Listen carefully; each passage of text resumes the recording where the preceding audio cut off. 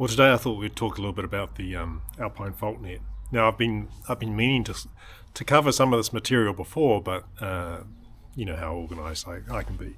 The Alpine Fault Net is a disaster preparedness group of radio operators that meet once a month with the intent of being prepared and practicing communication that could be used in the event of some sort of disaster. As you know, we have sort of major fault lines running through the length of New Zealand, and so there's a very good likelihood that in a major earthquake or any other sort of disaster, that a lot of these communication lines could be cut. And the Alpine Fault Net is a way that amateur radio operators can contribute to communication in those sorts of events. So the group meets once a month. We have check-ins on air on 40 metres in the morning, so it's the first Sunday of the month, and on 80 metres in the evening. And you've seen perhaps some of the other videos that we've done where we've checked into the net. So I'm not really talking so much about the check-in process in that. I thought we'd talk a little bit about what you actually need to have if you were wanting to be part of that. Now, there's really only one, I guess, major technical aspect that you need to be able to do, and that is that obviously in the event of a disaster you might not have power. So one of the key things, perhaps actually one of the only key things actually that you really need for to be part of the Alpine Fault Net is you need a way of running your radio without a commercial power feed. So the first thing I guess you have to decide is whether you're going to be a station that is a home-based station or whether you're going to be a temporary portable or field station. Now, this power requirement, if you're a home-based station, is going to be very much dependent on your home and your setup. So if you've got your own solar panels and your own battery and that, then you've already probably set up for that, and all you need to do is go to the Alpine Fault Net website, read the details there about the frequencies, check in, and you're good to go. So that's perfect. Of course, that's dependent on the fact that you can still operate from your house in the event of a disaster, and I guess it depends on the nature of the disaster as to whether that's even going to be possible. But so that's the first thing you have to decide, I guess, is whether you're going to be a home station or a field station. Now, if you're a home station and you've got the power requirements sorted out, then you're going to use your home antenna. You're probably going to use your normal transceiver. There's probably not much that we can talk about then, but what we can focus perhaps on a little bit more on is field stations and what you might want to consider if you're going to run a field station. Now, that's something that's probably I've got a little bit more experience with through some of the activations in that. So we'll just cover over some of the things that you want to think about when it comes to that.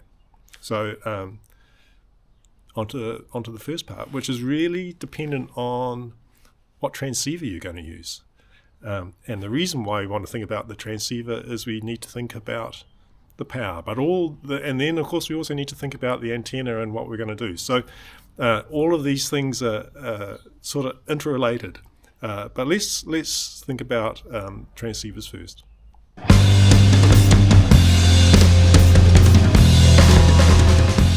Okay, so we've made a decision about whether we want to be a home station or a field station. A home station, as we said, is pretty straightforward. You've got to take care of the power, but all the antenna and the transceiver you've probably already got in place, so there's nothing really extra to do.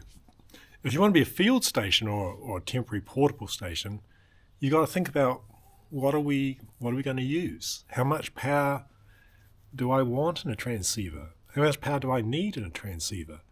And then, depending on that, how much battery power do I need to run it?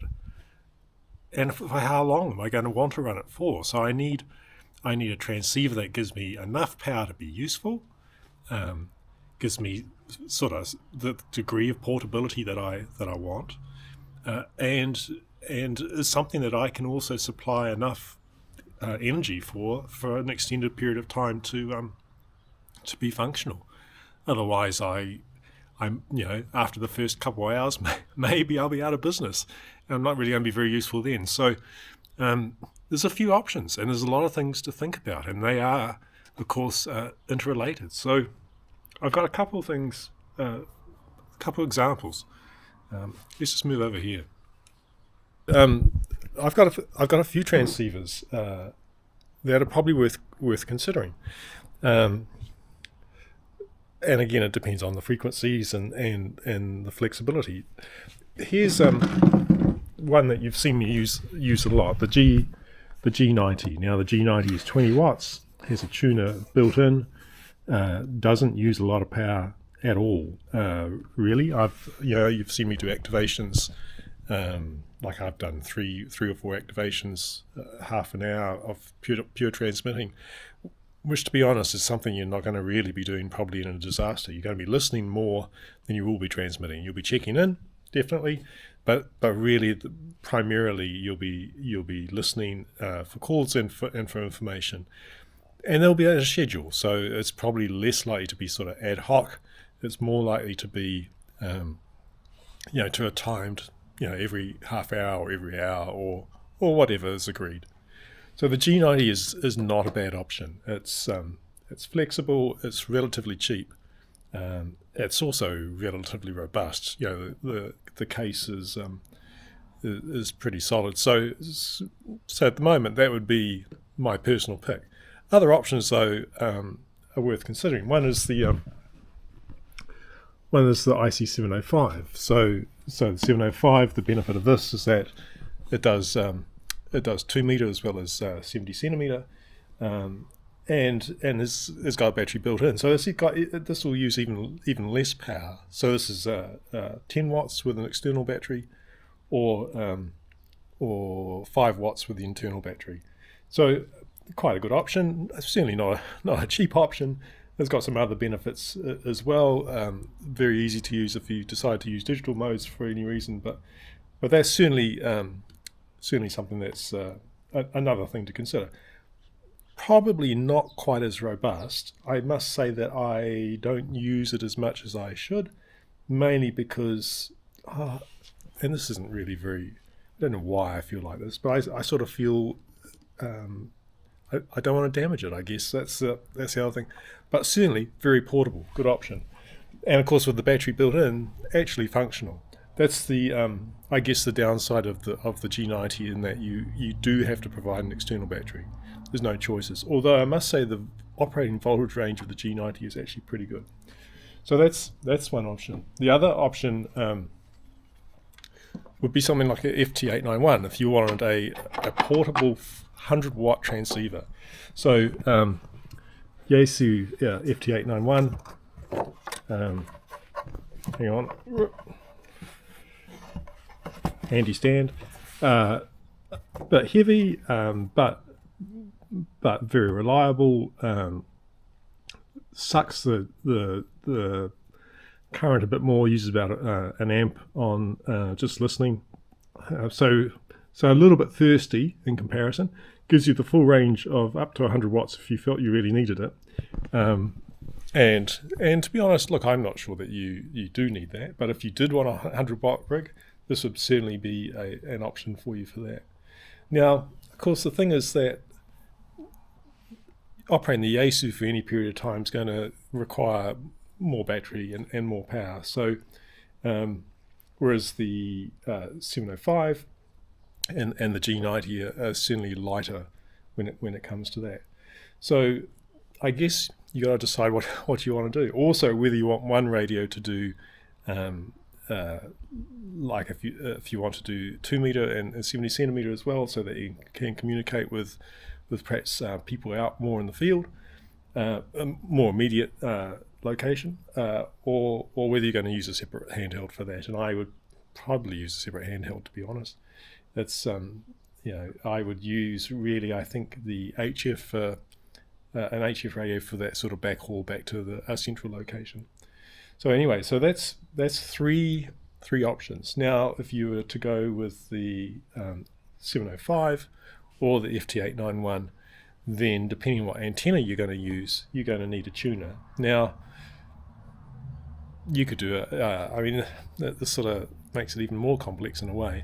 You could do a dipole, but remember, in the evening, the frequency that's kind of preferred to be used is actually going to be on 80 meters, whereas during the day we're probably going to use 40 meters. So you're going to need something that whatever antenna setup you have, you're going to want to be versatile and flexible with what frequencies you can operate on. That'd be my approach. I wouldn't want to be stuck with one particular thing, because conditions can change, and really the key thing is we want to get a message out. Any signal is better than no signal at all, and I guess any antenna is better than no antenna at all. So for the 705, you can of course get buy the Icon tuner if you really wanted to, or alternatively for the Yaesu or the 705, you could use something like an AT100 tuner. These are quite cheap, battery powered, and you can't actually probably see that it's on, but not a bad option. USB-C charger, USB-C input on the back. So that's something that might sort of give you some flexibility if the antenna you're using isn't resonant on the frequency that you need to use it on. So right, so let's say we've chosen our radio. Now we need to think about powering it, and there's a whole heap of options. You've seen before, perhaps in some videos, when I did something like the Jock White Field Day, I had a big lead acid battery which I could barely lift. Great. Is 100 amp hour, I think, 130 amp hour. Great, but certainly not portable. So if you're wanting portability and ease of carrying, then lithium iron phosphate is really the battery technology that you probably want to think about. The other nice thing about lithium iron phosphate is that because of the way that the power is regulated, you tend to have good power and then no power at all. So you don't get that sort of gradual sort of degradation because of the battery management that goes in it. Now for the bulk of the activations that I do, I use something like a 7 amp hour lithium iron phosphate battery. So this is this one's actually just from JCar, but you can get similar things from a bunch of other places. 7 amp hour. To be honest, I probably charge them more than I should. I haven't had it drop out. I see the cutoff voltage here is 9.2 volts. I don't think I've got below 11 when doing multiple activations at all. So and nominal voltage is 12.8. So the radios are definitely going to like that. The G90 will certainly go down to I think 9 volts if you really had to get it down with low power. But I would. This would be a really good starting point. If you want to go bigger than that, and I have done that. Something like a 30 amp hour battery. So this one is from Settle Energy, the company in New Zealand. Who knows where these things are actually made? We know they won't be made in New Zealand, that's guaranteed. But the beauty is that actually I can still lift it up. It's I'm not, and I'm no. Well, you might find this hard to believe, but bodybuilding isn't something that I've spent a lot of time at. So 30 amp hour is going to last almost indefinitely to some extent if you're using a low power radio like the G90 or the IC705. If you're wanting to run something like the FT-891, and this is the battery I use with the FT-891, usually because if I've taken that out, it's because I want to use a bit more power. A battery like this 30 amp hour one will actually cope with the current load when operating at that at that higher power. So that's something to consider, because the smaller batteries are really only rated for like high current for very short amount of time. A regular thing is not really what this is designed for. And you can read the specs on. So peak discharge current is 15 amps for 5 seconds. So at 100 watts, you may well be pulling 15 amps, depending on the mode, and so that's going to be good for 5 seconds, and that's probably when it's fresh in peak performance. So if you're going to be using high power regularly, then you really want to use a higher amp hour battery. Not only will it give you a longer run time, but it's designed to cope with those higher currents for a longer period of time. Now, what I do when I use the FT-891 is I do have this little battery indicator. Turn it around the right way, which I run in line. So I have a lead that goes from the battery into the monitor here, and then from there to the radio, and I can then see what the current is, what the voltage is, how many watt hours I've put through the battery.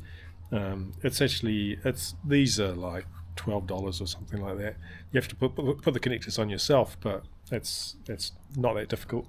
I'm using these like automotive type connectors, very common and designed for relatively high currents as well. So so we've thought about the radio, and now we've thought about the battery. So we've got power for the immediate sort of future, but we really want to be able to continue to operate over multiple days. So we need a way of keeping these things charged up. If you look at that video I did on the Jock White field day, I had two solar panels. Now, solar panel technology is changing almost by the minute, and there's a whole heap of different options that you can get. I've got mine because I haven't actually had to operate remotely for a long period of time, is probably certainly not best practice. All I had last time was two 20-watt panels. Now, the amount of current that the G90 or the 705, because I was using the 705 at that point, take is so very little. That was fine, and it kept the battery topped up. I'm also fortunate enough to live in Marlborough, so that we've got endless sun. But whatever panel you use and whatever battery you use, you're going to need some sort of charge controller to match those things up. And you need a charge controller that's going to handle the battery technology that you've got. So, lithium iron phosphate batteries have got a different charge profile than a lead acid battery. So you want a charge controller that matches the battery that you're using, or you get a charge controller that allows you to change what the battery type is that it's handling. And that's what I've got here. This is a Roven charge controller. This is what I used out at when I did the Jock White field day. I had a lead acid battery attached to this, good for 20 amps if you're taking it off the load here. Also got two little USB things. Comes with these cables, so attach that to the battery, and then plugs into here.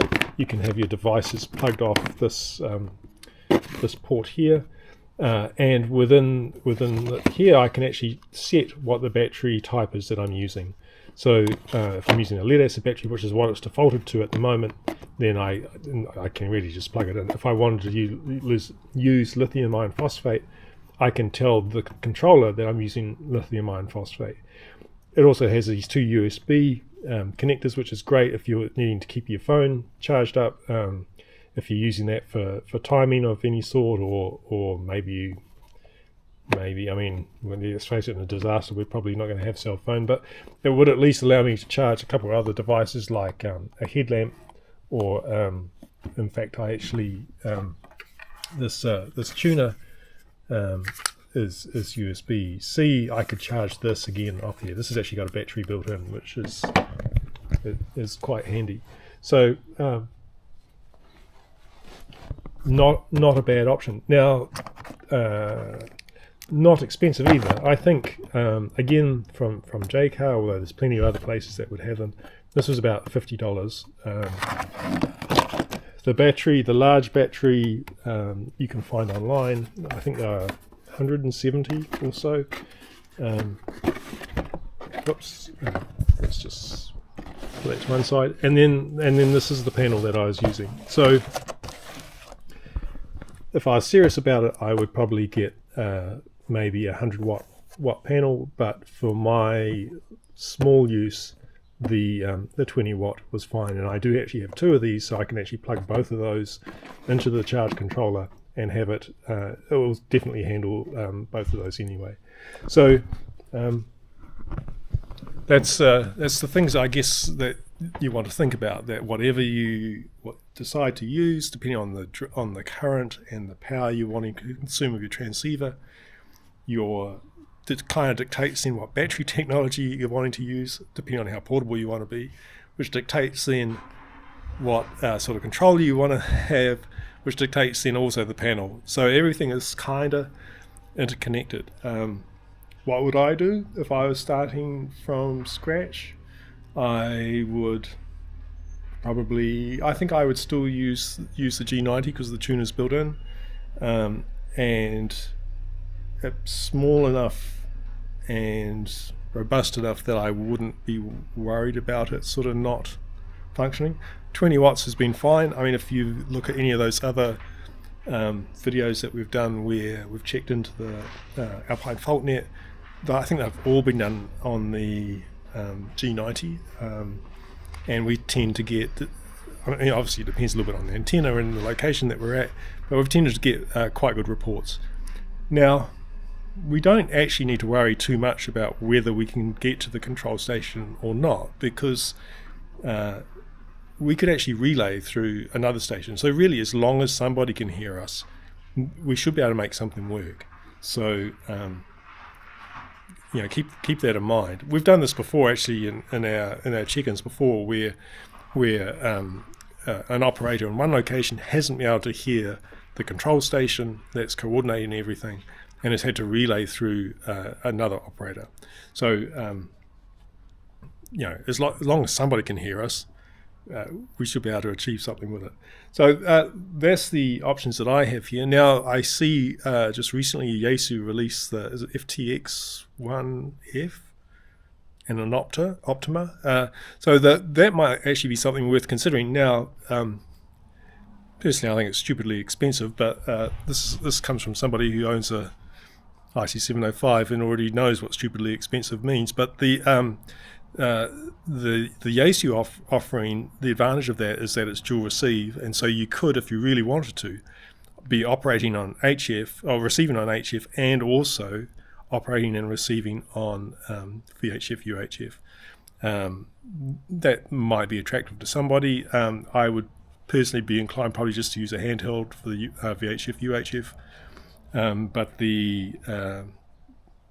I can certainly see the attraction of that.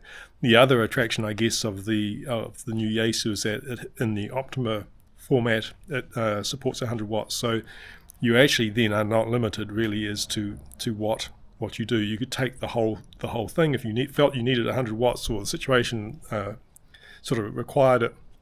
You could then actually use that radio at 100 watts. Later on, you might find, well, actually, it's fine with the, I think, 6 watts on battery and 10 watts, something like that, on an external battery, because it will do an internal battery.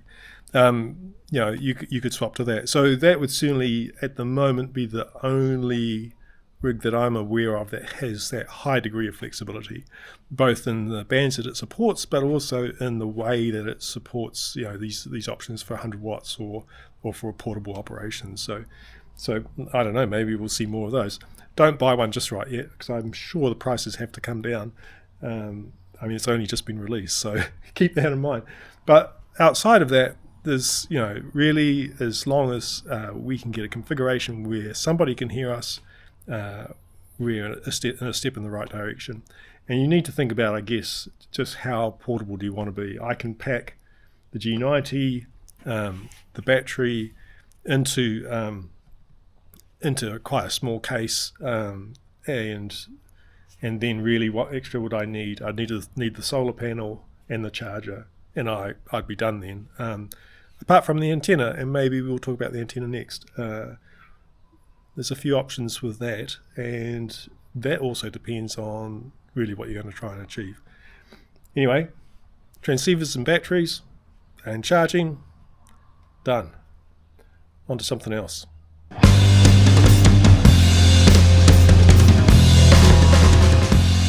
Well, sorry, I did miss something when we were talking about the solar panel controllers. The important thing is you don't want a noisy solar panel controller. So the worst thing would be to have a controller that as soon as it's plugged in and turned on, you've got crap all over the band you're trying to work on. That would be bad. So and I have had controllers that are like that. That one that I showed you, that was fine. Certainly when I used it for Jock White on 80 and 40, I didn't see any noise at all. So just keep that in mind if you are looking at it for a solar controller. Now I'm going to talk now just a little bit about antennas, and I will have to admit this is very, very much my own opinion. I know a lot of other people will think very differently, but I'm a big fan of wire-based antennas, and the reason is that I think it just gives me a lot of flexibility. And I think that's important when we're talking about something like the Alpine Fault Net. We want to be able to deploy anywhere, and we don't really know necessarily where the anywhere is going to be. So we want something that's versatile. And I carry in my activations, I carry a few options. Now, a few people have been hassling me in recent times about dipoles and inverted V's. So I do carry, and I use significantly more now than I ever did before, an inverted V. Now I've just got wrapped up in this bag. I've got the center part, the coax, and the coax is the black part, and the wires for the antenna themselves. So not a big thing at all. Now, the beauty of the inverted V, of course, is the field that it's going to put out. It's better for inverse type radiation. So it's not really going to be your long distance performer. It's going to be certainly a lot better for closer stations. And let's face it, to a large extent, all of New Zealand is a closer station. A inverted V would be ideal for most of that. Now, it's not always possible because of the location in order to actually be able to put up an inverted V. So because of that, I also carry an end-fed half wave. So while the inverted V would be fantastic, there may be reasons why I can't use it. So in those cases, then I would probably consider using a end-fed half wave. Now, there's a catch to this, of course. My inverted V is set for 40 meters. Well, made for 40 meters, right? So it's great for 40 meters. It's not going to be a whole lot of use really on 80 meters. I'm going to have to use a tuner to abuse this to get it into any workable state. So that's probably not a smart move. The same to a large extent with my end-fed half wave. So I like to keep the transformer separate from the wire, because I can then use different lengths of wire with the same transformer. This is a 49:1 that you use for an end-fed half wave, and this is the amount of wire that I need for a 40 meter end-fed half wave.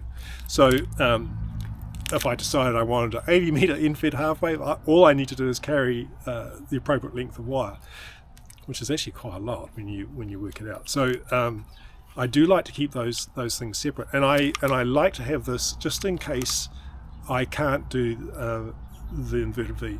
So I would probably deploy this in like a sloper or inverted L or whatever. And let's face it, you can bend this around a whole lot of other things that you can't really bend inverted V around. So that's the other thing I carry. Now my final thing, which is probably my favourite thing, and everyone hassles me about it, is the random wire antenna. Now I carry a random wire Anan, so the antenna, the resonating part goes on one part, and the counterpoise goes on the other, because really with a random wire you use a counterpoise. And then I carry different lengths of I need to fix the end of that. Different lengths of resonating wire. These are random lengths, which means they're the least random thing that you've ever come across. Fixed lengths that you can look up, and if you use them with the 9-to-1 Anan, and you do need a tuner, and you have a counterpoise, then you should be able to get this to work on any band you like. Now we tested that the other day when we checked into the net on 80 meters, and we used a 12 meter length of wire, which if you look at that video, I just wrapped it around the mast that I had. Now that gives me a huge amount of flexibility. Sure, the signal strength is not as good on any particular band in comparison to end-fed half wave on that band, or in comparison to a inverted V cut for that band, but it does mean I can use any band I like, and that I think is quite attractive. This is the counterpoise that I have with that. I just wind out the amount of counterpoise wire that I need. I have 10 meters here, but in fact when I did the check-in the other day, I think we only used like a couple of meters, and that gave us the best SWR. Even the worst SWR with this, the tuner, certainly in the G90, and probably any tuner is going to be able to handle. So that's fine. And we got, I think Peter gave us 5 and 8 or something, and we had that in a vertical configuration. So the beauty of wire antennas is that I can make them into any shape I need them to be. The beauty of the random wire is I can kind of make it work on any frequency that I need to be on, and that I think is important for this sort of thing. So this is the 12.5 meter or so that we used for the 41 feet for the random wire the other day. So that doesn't take up a lot of space, and we certainly got that to work on 80 meters. Now with the random wire antenna, I always use a choke, which was in the bag. Here it is. I keep the choke in a separate case. I use this choke normally for lots of things. I don't see a penalty in using a choke, but certainly with a random wire I've had difficulty with RF coming back into the radio without a choke. So the chokes, there's a toroid in here with some coax. It's actually RG174 wrapped around there, probably 1 billion turns or something like that, and it doesn't matter which end you put it into which way, they're not directional of any sort. So I always use that. I keep them separate again, because then I've got the flexibility of using them with whatever I want, as opposed to having them built into a winder with whatever wire I had. So that's what I would recommend. It works. It's not perfect, but if you're portable, we don't really care as long as we get the message out. So the other thing you're going to need is some way of having the wire off the ground. So the nice other feature I think of wire antennas is that you can actually just put them in a tree quite easily. They're also mechanically very, very simple. Some of the other antennas, like maybe the JPC-12, not that you can use that easily on 80 meters, but there's a lot more mechanical parts, and a lot more mechanical parts that are unique to that, which you're not going to have a problem with that with a wire-based antenna. Even if you forgot your wire, you can probably find some wire somewhere that's going to work. So that's another, for me, important attraction. Now for masts, I've used a few different types of masts. Main track masts, they've been fine for me. the Haverford masts that you used to be able to get in New Zealand or sent to New Zealand from Australia. They're fine. I know other guys have brought some off AliExpress. They've been good as well. I've recently been buying, I make it sound like I wear them out. No, I don't. The mast from Soda Beams. Now, this is a 6 meter one, and it's just, I put a split pin in the end of it, and then I put just this like a key ring thing, and then I have this little bit of plastic loop. Now I can take this off if I want to use the inverted V. Otherwise, I just pass the wire through, and I can then, it kind of moves nicely through this plastic part. So that just sits in there. This is 6 meters. There's a variety of ways, and you can choose the way that you want to keep these things up. I usually use like a collar, plastic collar, like this sort of thing, and some pegs. But you know, I've been in places where that hasn't worked, or when maybe somebody forgot to bring the pegs or left the pegs beside the car instead of in the boot, maybe. And you know, I've leant it against a tree or something. I've used rubber sort of bicycle straps to hold them to other things that were tall enough. These pack down really well. They're quite light. This is the 6 meter one. It's very good. I've also got the heavier duty 7 meter one. It's definitely heavier in comparison, and a lot thicker. So depending on what we want to carry, I mean, there's only a meter difference, but this is certainly a heavier construction. Same deal though. I've done the split pin in the little plastic part, and that comes off quite easily. So those are great options. They fit nicely in the back of a pack. This one though, you will notice after walking a long way, this one you'd be fine with. So that'd certainly be things that I would consider. Not badly priced, I don't think. And the service from Soda Beams in terms of actually getting stuff to New Zealand has actually been really excellent. So that's what I would do. So my pick, I guess, after all of this, and I'm sorry, this has been a very long video, my pick my preference is to be set up for portable operation, because at the end of the day I can always run the same setup at home, right? So if I want to stay home, I can still do the same thing. And I've done check-ins with the net on 40 and 80 from just the backyard here with an antenna that I've put up on the day. So I have, you know, that's fine. The ability to be portable is probably more useful than necessarily actually being portable on the day, depending on the situation. So my pick would be to configure myself up for portable operation. I would use something like a G90, anything like that. You know, it doesn't need to be flash. I think 20 watts is heaps of power, and it's not a bad option. But if anything that kind of meets a similar design spec or design idea would be fine. Must say G90 though, front end's not so good as I found on 80 meters, and I needed a little filter that I have for that. Now, but whatever you want, who cares? Doesn't really matter.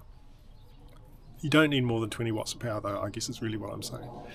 And I think you do need a tuner. Having a tuner with you is going to give you a lot of flexibility, which might make the difference between whether you get anything out at all or nothing. And in a disaster situation, any communication is better than no communication, and that's really what we're aiming for.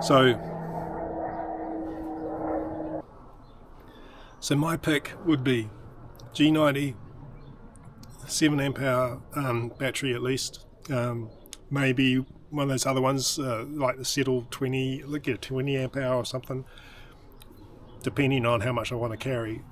7 amp hour, easy to carry, and not a bad option. G90, okay, 7 amp hour battery, right. I'm going to use that charge controller that I showed you, I'd have my solar panels. Now you can get fold out panels now. They're pretty flash, but they're a bit expensive. Those 20 watt solar panels are often on a special. So like one or two of those would be heaps. And I would use one of these soda beam masts. Who knows which one? Doesn't really matter. And I'd use wire antennas. I would probably, if I was going to chuck one away, I'd probably chuck away the infed half wave, I think. I would probably then carry inverted V, and I would have the random wire. Random wire gives me incredible flexibility, especially given that I'm using a radio with a tuner. And yeah, I should be if I can't get a connection with that, I was never going to get a connection. So that's what I do. What you choose, of course, is up to you. But these are just some things to consider, and these are things that have worked well for me. Maybe they work for you, but equally you might have some other ideas that are way superior to this, and I'd be interested to know what they are. So Alpine Fault Net, first Sunday of the month for the check-ins. Sunday morning is 40 meters. Sunday evening is 80 meters. It's on the website. I'll put the link in the video. I'll put the link to some of the things that we've shown today, so you can find those as well. Hopefully we'll hear you checking in the next one. Anyway, look, thanks for putting up with us. You have a great rest of your week. See ya. One more thing. There's always one more thing. Look, if you got any questions about the gear that I've shown you today, or any of the setup, or the way I set it up, or anything like that, leave me a message in the video, and I'll get back to you. Or you can look me up on QRZ. So look up ZL2 November Echo Bravo on QRZ, and you'll get my email. Send me an email. Happy to talk, and probably happy to be corrected where I've made a mistake with something. Anyway, see ya.